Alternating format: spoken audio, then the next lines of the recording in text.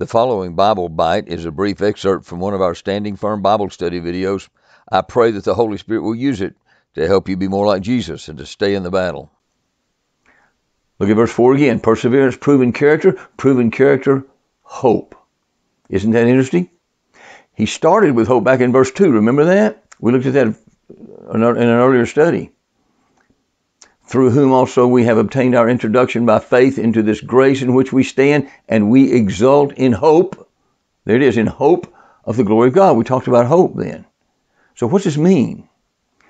Well, in verse 2, he's saying, we know we've been justified by grace through faith, and therefore we can exult in hope of the glory of God.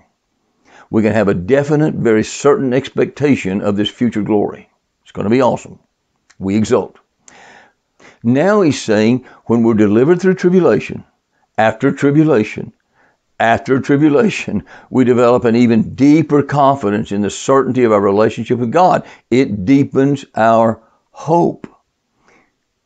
You know what a vicious cycle is? Have you heard examples of vicious cycle?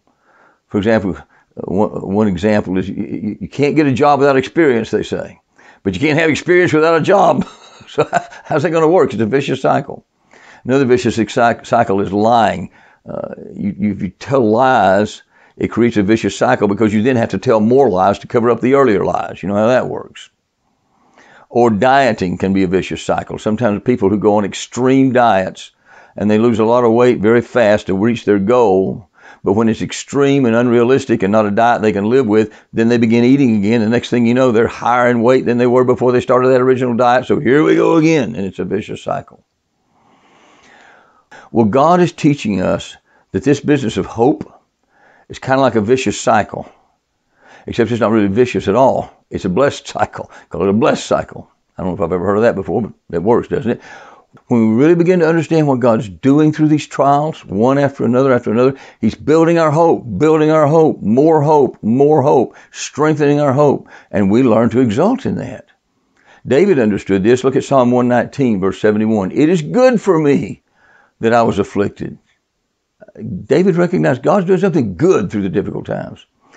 God's giving us opportunities to experience His grace, to experience His deliverance, to develop hope, to bear witness to others of His faithfulness. Opportunities to be developed and trained to reign with Him in the future when He comes back and sets up His kingdom. He's working a lot of good stuff through these tribulations, so we need to learn to exult in them. There's an old invitation song. We sometimes sing an invitation after a service is over, and usually we think about these words applying to initial salvation. We're urging people to come trust Jesus for the first time, and I think that's legitimate. That's the way the song was probably meant to be sung. Certainly can be taken that way. Nothing wrong with that. But I think we can apply the words to ourselves every time we enter into a new time of tribulation. And the song goes like this. Only trust Him, only trust Him, only trust Him now. He will save you, He will save you, He will save you now. He'll save us through those tribulations. The only word I might change is that last now when we're thinking about our tribulations, because He always saves us out of our troubles, but He does it in His perfect time, in His perfect way. But I guess that would ruin the poetry of the song. Guys, let's learn this. Let's learn this lesson. Let's learn to exult in tribulation because God's doing something awesome every time. If you'd like to watch the rest of this Bible study or view the Standing Firm Bible Study playlist or subscribe to my YouTube page, you may use the click boxes you will see here if you're watching this as a YouTube video. If you happen to be watching on Facebook, you can find those very same links in the text block that appears with the video. We would love for you to visit our class in person, so there's a link in the text block to a page where you can learn more about our class.